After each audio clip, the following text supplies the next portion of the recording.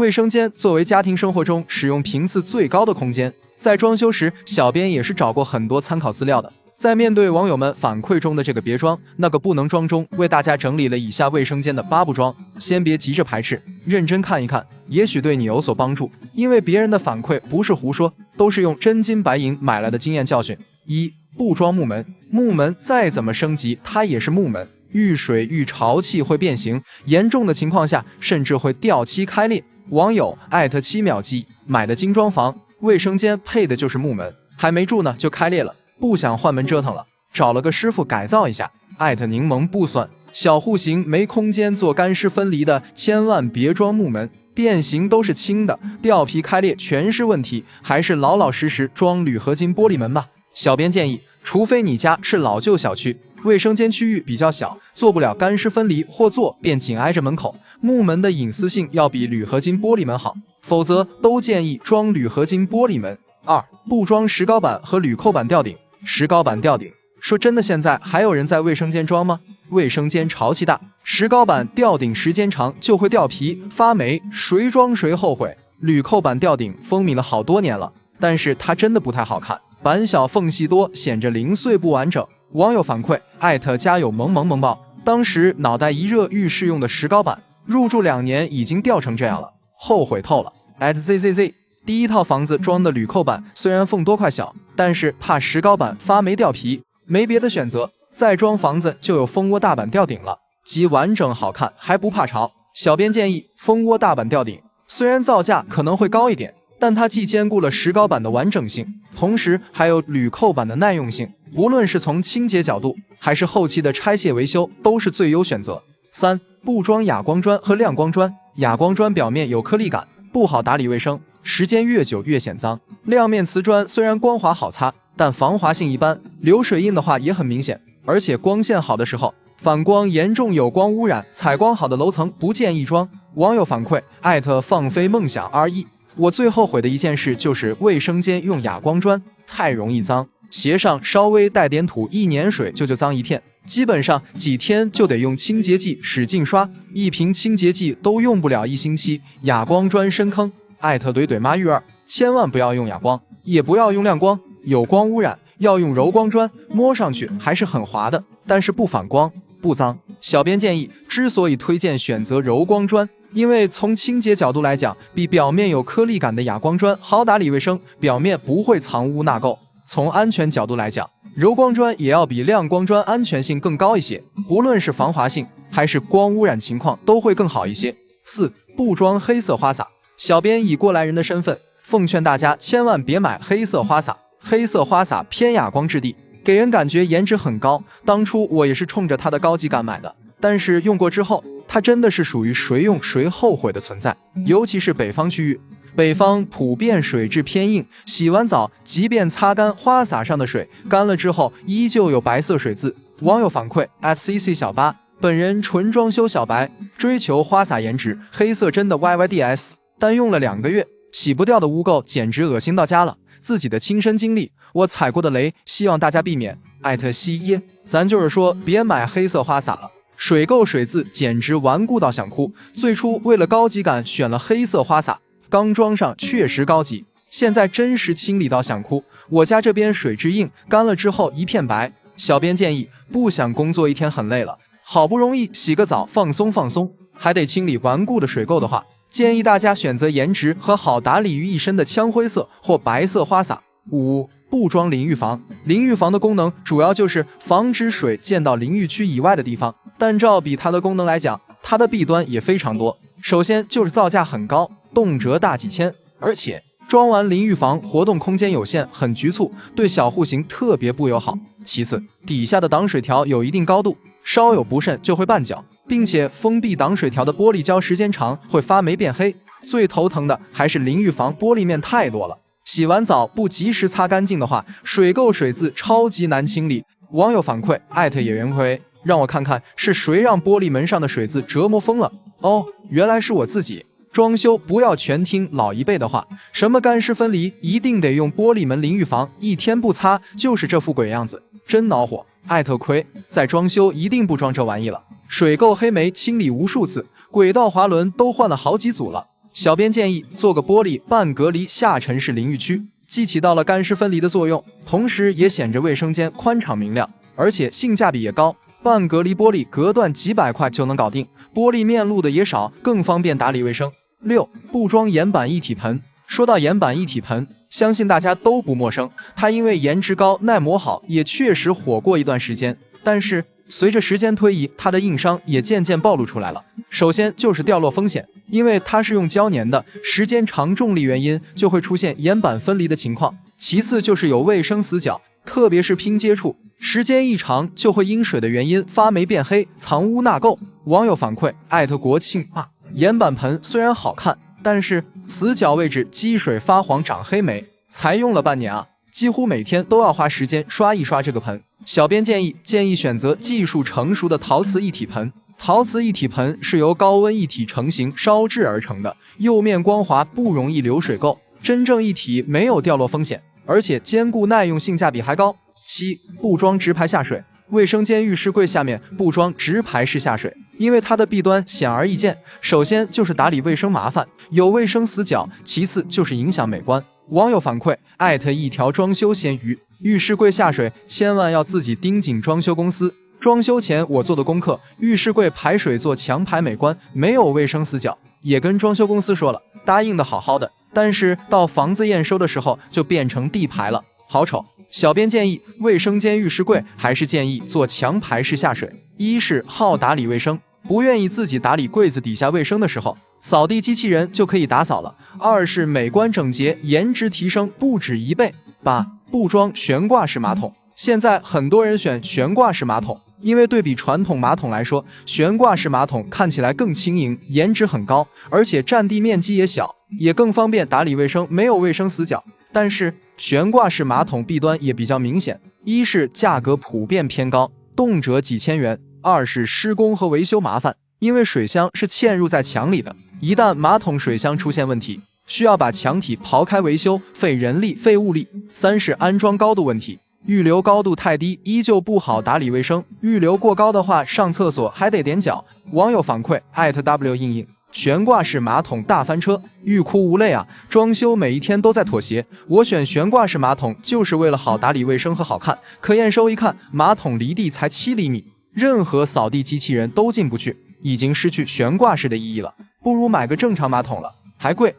脚擦，朋友们听我一句劝，不要为了颜值买悬挂式马桶隐藏式水箱，你会变得不幸，你楼下邻居也会变得不幸，墙里漏水直接给楼下邻居天花板泡了。没办法，只能把墙刨开找漏点。小编建议不要盲目跟风，单纯为了颜值买它，毕竟生活是长久的，为了以后少点隐患，还是建议买落地式马桶，普通马桶或智能马桶都可以，价格合理，隐患少。说到最后，卫生间在房子区域占比来讲可能是最小的存在，但它的使用频率绝对是最高的，所以在给它选择配件的时候一定要慎重。颜值固然重要，但小编认为实用、方便、好维护才是第一要位，你说呢？不管卫生间有多大，4种东西都不适合放，很多家庭不知道。卫生间别看它面积不大，但对于一个家而言却是非常重要的地方，因为它的功能多且日常使用率也比较高。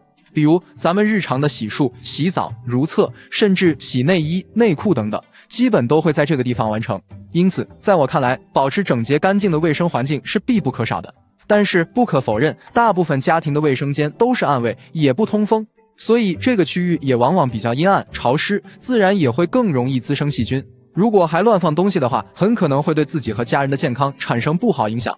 关于卫生间的摆放，还流传这样一句俗语：厕所放4物，家人遭病殃。虽然听上去有些夸张，但这都是老一辈人多年以来总结出来的经验和教训。本期就带大家来了解一下不适合放在卫生间的4样东西，如果你家也有，建议赶快拿走。1. 尽量不放毛巾、浴巾。如果我说卫生间里第一个不适合放的物品就是咱们常用的毛巾和浴巾，看到这相信会有很多人反对，但我劝你先别着急反驳，看看我说的有没有道理。咱们很多人洗脸用的毛巾和洗澡用的浴巾用完都会习惯性的挂在卫生间里，也通常不会觉得有什么不妥。但你别看他们每天都在用，也经常洗，看着挺干净，但其实很容易滋生细菌，尤其是螨虫。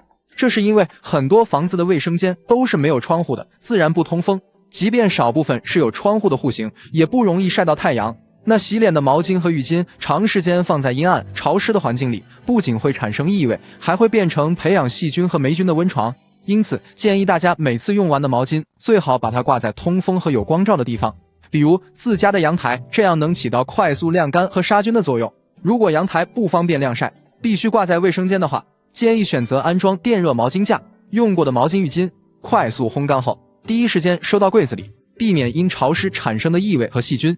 2. 不放厕纸篓。卫生间第二个不适合放的物品就是用来装厕纸的纸篓。很多家庭都习惯在卫生间的马桶旁边放一个纸篓，等上完厕所的厕纸就随手丢进去，觉得很方便。但是咱们用过的厕纸长时间在纸篓里堆放，不仅看着恶心，而且会散发出难闻的味道，关键还会滋生很多微生物，比如不明物小飞虫等，这样会导致卫生间的环境很差，时间久了还可能对身体造成影响。其实卫生间放纸篓是很多家庭都有的习惯，这是因为过去的马桶因为设计上的缺陷，厕纸丢进去容易造成阻塞，没办法才选择放一个专门用来装厕纸的纸篓。但是现在的马桶技术比较先进，冲力也大，已经可以解决厕纸阻塞的问题，所以卫生间就没必要再放纸篓了。当然，如果家里还在用老式马桶，必须要有装厕纸的纸篓，也建议选择带盖子的垃圾桶，每天做到定时清理垃圾和厕纸，避免细菌异味的滋生。3. 不要摆放植物花卉。不可否认，绿植能让家里充满活力和生机，所以很多人也说最高级的软装是绿植。在家里摆放绿植，不仅能提升家居颜值和氛围感，好的绿植还有净化空气的作用。于是有些朋友还特意在卫生间也放几盆花草，看起来赏心悦目不说，还希望借助绿植来驱散卫生间的异味。但这种做法其实非常不妥。绿植好看归好看，但所有的植物都需要定期浇水，咱们卫生间本来就容易潮湿，再加上给绿植浇水，就会导致潮气更大，也就间接的给微生物和细菌提供了滋养的温床。还有一点就是这种水培植物还特别容易招蚊虫，尤其是夏天，蚊子也喜欢在这种阴暗潮湿的环境逗留。如果在卫生间摆放绿植，那只会招来更多的蚊子。咱们都知道，被蚊虫叮咬身体的坏处，不仅会让皮肤红肿瘙痒，还会传播疾病。所以说，即便是你再喜欢，也尽量不要在卫生间里摆放和培养植物和花草。4. 不放杂物。咱们卫生间除了不合适摆放绿植外，在里边堆放杂物的做法也是非常不可取的。有些家庭的卫生间面积比较大，所以就会把用不上的东西都堆放到卫生间里边，这样就会导致把原本干净整洁且井然有序的空间变得杂乱不堪。什么没用的纸壳箱、包装袋、破旧的雨伞、坏了不舍得扔的拖鞋，还有多余的脸盆、水桶、各种不好用的清洁工具等等。这种不好的习惯带来的结果就是每次上厕所的时候都能闻到杂物散发出的大量灰尘以及发霉的味道，影响空气质量不说，还会滋生细菌，危害身体健康。而且杂物堆放过多，看着心情自然也不会好。因此在此奉劝大家，家里的杂物尽量不要堆放在卫生间里，咱们有用的就放在通风的地方，没用的东西就直接扔掉。如果你家里卫生间还有这些物品的话，建议尽快拿走，千万别不当回事。不管卫生间有多大，都别再放了。卧室是让人放松身心和休息的地方，所以不管是在装修装饰上，还是物品摆放方面，都要合理的考虑到它的需求。在我看来，对于卧室空间，安静且温馨是必须的，而整洁舒适也是必不可少的，这样才能保障有一个良好的休息环境。有这样一句俗语说得好，养生之道，由居室始，也正是这个道理。但是很多人不懂，总有乱拿乱放的习惯，甚至在卧室里摆放一些不合适的东西，导致居住的环境乱糟糟的，不仅会影响到我们的睡眠质量，还不利于身心健康。这一期小东根据老一辈的居住经验以及个人的生活体验，给大家总结出5样不适合放在卧室里的物品，建议你尽快拿走，别不当回事。1. 手机和电子产品。要我说，卧室里最不该出现的就是手机、平板、笔记本电脑这类的电子产品。很多人根本意识不到睡觉前玩手机和电子产品带来的危害。不可否认，现在我们大部分人都有睡前看手机的习惯，瞌睡了就顺手放在床头柜或者枕头下面。殊不知，这样的行为对我们至少有3大危害。第一，容易熬夜，影响睡眠。睡觉前看手机、玩电子产品，往往会越看越精神，一不小心就熬夜，导致睡眠时间不足，起床以后无精打采，精神萎靡。第二，造成颈椎病和眼病。长时间躺着玩手机，特别容易引起颈椎病，而且昏暗的环境下，手机发出的蓝光和辐射对眼睛也非常不好，容易导致视力下降，甚至出现结膜炎、干眼症等疾病。第三，电子产品充电有安全隐患，不排除有手机充电爆炸、充电线自燃的情况，虽说是少数小概率事件，但不怕一万就怕万一。综上所述，像手机、充电宝和平板这类的电子产品，尽量远离卧室，建议上床后就不要玩手机了，以免影响身体健康和睡眠质量。2. 外露的镜子，爱美之心，人皆有之。对于爱臭美的人群来说，家中摆放镜子是必不可少的。但是，如果考虑把镜子安装在卧室里，建议不要把镜子放在明处，也就是随时能看到的地方，尽量选择把镜子隐藏，摆放至暗处。像老一辈对于卧室镜子的摆放就很讲究，不能对门、对床、对窗，并不是无中生有，都是有所依据的。首先，镜子不宜对门摆放。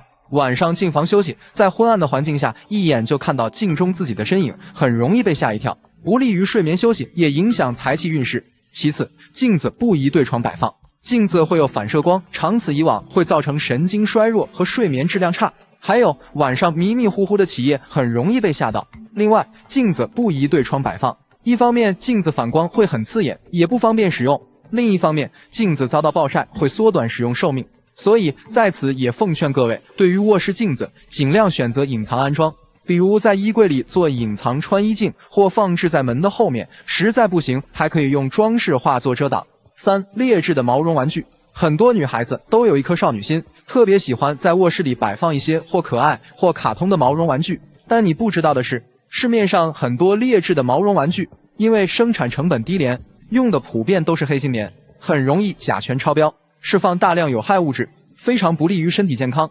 而且毛绒玩具还最能藏污纳垢，别觉得那个毛很干净，它可是吸附灰尘和细菌的一把手。这个灰尘和细菌对人体的危害，相信不必我多说了吧？什么鼻子痒、过敏发炎、喉咙干咳、呼吸道等症状都会随之而来。综上，对于休息的卧室，尽量选择少放或不放毛绒玩具。即使有小孩子特别喜欢的玩偶，也建议只摆放1-2个质量好的，还有做到定期清洁，减少灰尘和细菌滋生的风险。4. 绿植，浓烈刺鼻的鲜花。现在越来越多的年轻人都喜欢在家养花和种绿植，一方面花卉绿植有净化空气的作用，另一方面好看的绿植和鲜花还能为居室装扮上增色添彩。如果你家也有养花、养绿植的爱好，建议你最好拿到阳台去养，不要摆放在卧室里，因为这个绿植虽美，但很容易生蚊虫，有些小虫卵根本看不见，就生在这个土壤里，特别不利于咱们的健康。还有一些有浓烈香味的鲜花，更不利于摆放在卧室，比如常见的香水百合、芍药花、郁金香等，这些有浓郁香味的花卉，花香刺鼻，对身体很不利，大量吸入体内，会出现头痛、头晕，甚至恶心、呕吐的情况。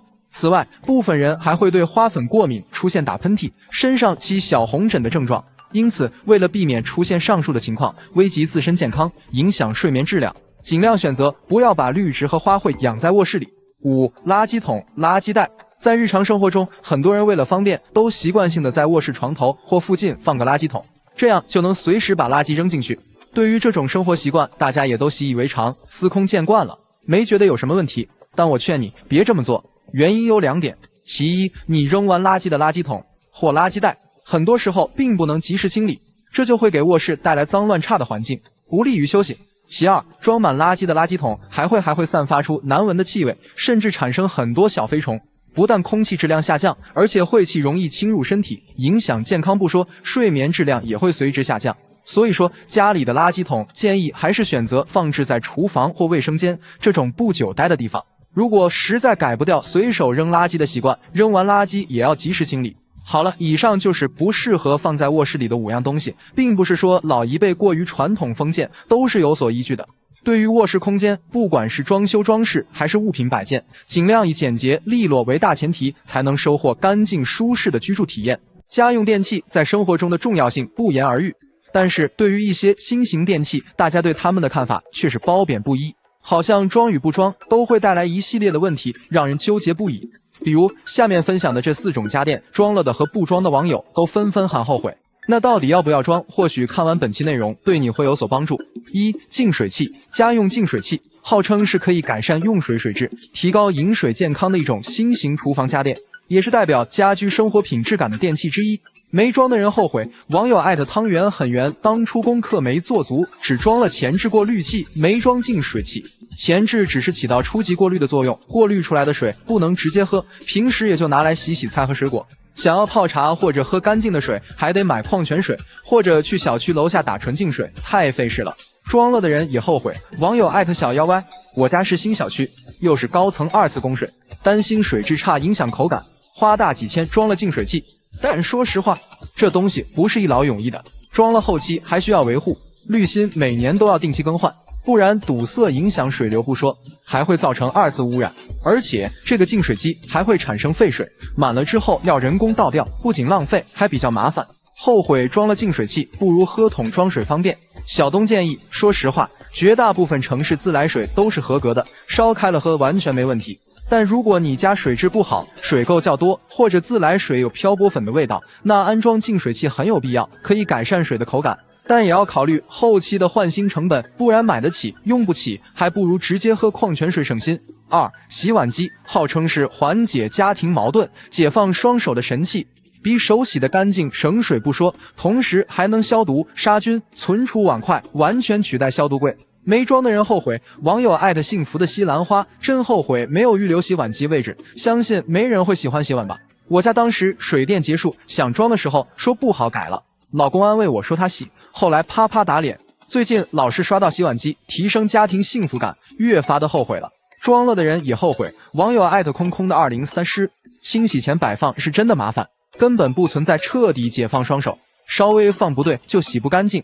而且别管几个碗，也要听它哗啦哗啦洗1-2个小时，耗时又耗电。关键它还需要额外耗材，什么光亮剂、软水盐、洗碗粉，一个也不能少，可比手洗的成本高多了。入住大半年就用了7-8次，有点后悔了。小东建议，要不要装洗碗机取决于家庭需求，如果人口少，平时也不咋做饭，就没必要装。要是天天在家做饭，碗筷还多的家庭，就非常建议装。这种花点小钱就能解决90%的饭后家务，节省出1日3餐的洗碗时间，洗得干净卫生，烘干后还热乎乎的，简直不要太划算。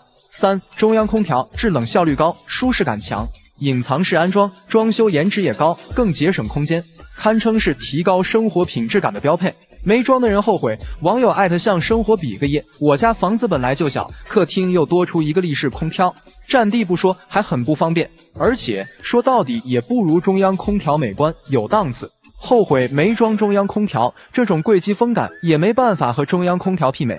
装了的人也后悔。网友艾特是静静呀，说10个装中央空调的人8个都后悔了，我就是其中之一。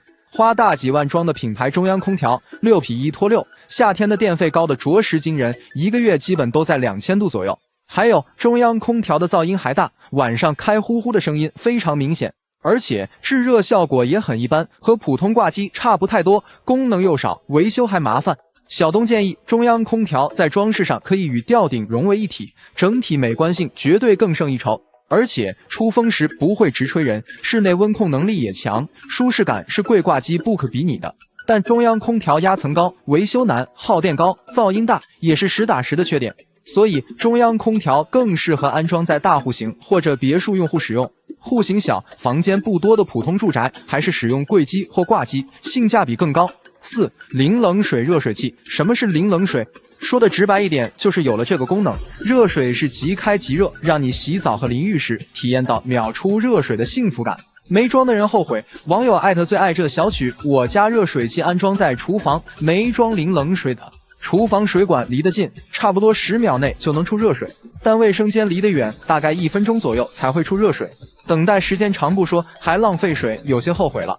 装了的人后悔。网友艾特小妮子的家，并不是选了零冷水热水器就可以，还要加装回水管做热水器循环，耗材大，成本高，是跑不掉的。而且想要实现零冷水，前提是要保证水管里一直是热水，所以即使你不用，热水器也会时不时的不停工作，每天听着轰隆隆的噪音声，真的很糟心。同时还要伴随着燃气、电费的成本增加，装了不敢用，也真是心塞又无奈。小东建议，零冷水热水器不是生活的必需品，它是需要花钱来提高生活舒适度的电器。如果你家面积大，用水末端离热水器距离太长，不想冬天遭等待几分钟冷水的罪，建议可以考虑上零冷水。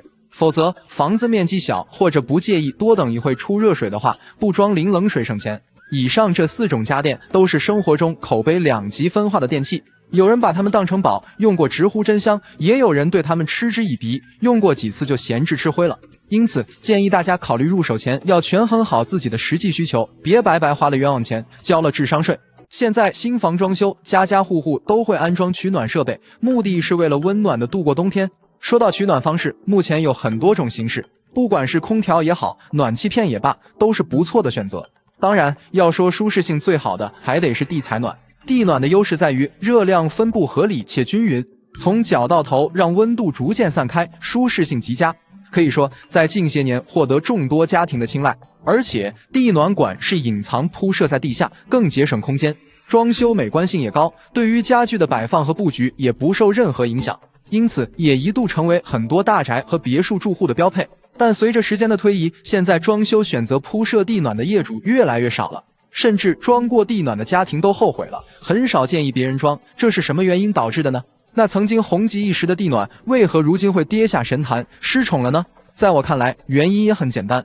虽说地暖舒适性高，但这种取暖方式的弊端也有很多。如果你家也打算装修铺设地暖的话，不妨先了解一下地暖的这些缺点再决定。1. 温度高，对木质家具损伤大。地暖的温度高既是它的优点，同时也是它的缺点。为什么这么说呢？咱们都知道，现在家庭装修一般都是以木质家具为主，但如果地暖温度太高，势必会对木质家具造成一定的损伤，也就是说，普遍会出现开裂变形的现象。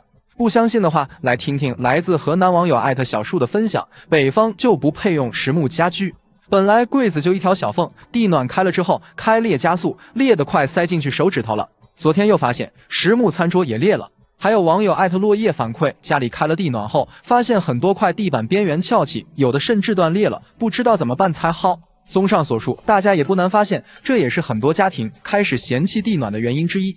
2. 占层高，对低矮户型不友好。家里如果铺设地暖，对房子的高度会有一定的影响，这是躲不掉的硬伤。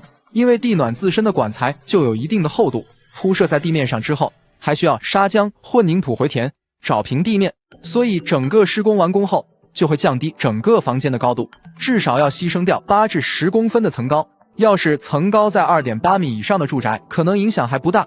但如果是低矮户型，在安装地暖后，整个房间的净层高可能不足 2.5 米，后期的居住体验会很压抑。3. 后期维修维护麻烦。虽说地暖的管道是铺设在地下，相对出现破损，需要维修的概率小，但凡事没有绝对，一旦出现问题，维修起来非常困难。因为地暖不同于明装暖气片，出现漏水情况会及时发现，换个管件也比较省事。但地暖复杂，需要专业师傅上门维修，而且过程中还需要撬开地面的地板或瓷砖，维修费用也高。再来说维护问题，地暖质量再好，使用几年后，里面的管道也会沉积水垢和泥沙，如果不用专业设备清洗，取暖效果也大打折扣，而且还会降低地暖的使用寿命，这在无形之间又增加了不少的成本。4. 空气干燥，地面灰尘大。地暖还有一点让人难以接受，就是空气过于干燥，同时家里的灰尘也变得很大。因为地暖一开，属于下沉式气流，不断升温的过程中会让房间变得干燥，同时地面的灰尘和细菌也比较活跃。室内灰尘太多，不仅会增加日常家务量，而且对人们的呼吸道也有着健康影响。所以你会发现，为什么老一辈人更愿意选择传统的暖气片取暖，无外乎是想从根本上杜绝地暖带来的这些麻烦。5. 综合成本费用太高。地暖虽说舒适，更节省空间，但它的成本造价也是相当的高。它的造价不仅是壁挂炉、保温板、管道、分水器这些基础材料，还要加上施工费用，价格自然不会很低。就拿100平米的房子举例，通常安装水地暖的综合成本至少在2-3万左右。当然，这个价格一般还只能选择国产壁挂炉，如果选择进口品牌冷凝炉，费用比这还要高。此外，水地暖每个月的燃气费也是一笔不小的开支。来自重庆的网友琪琪爸分享说，我家地暖100平左右，平时都开20或者21度，平均一个月要用800到1000元左右的燃气费，真让人痛不欲生。有人会问，那我安装电地暖是不是会省钱？浙江网友一两风说，我家是电暖，套内面积120平，日常开20至22度，电费3000元一个月。所以说，很多家庭之所以不愿意选择地暖，也多数是因为考虑到它的综合成本太高，才被迫放弃的。综上来看，大家不难发现，虽说地暖舒适性高，装修美观，更利于摆放家具，但地暖对实木家具损伤大，不利于维修维护，也是不争的事实。而且综合成本费用也很高，是安装暖气片的好几倍。这些实打实的缺陷，也最终导致了地暖慢慢的跌下神坛，不受待见了。那么最后也想问问大家，你觉得地暖这种方式好不好？你们家里采用的是哪种取暖方式呢？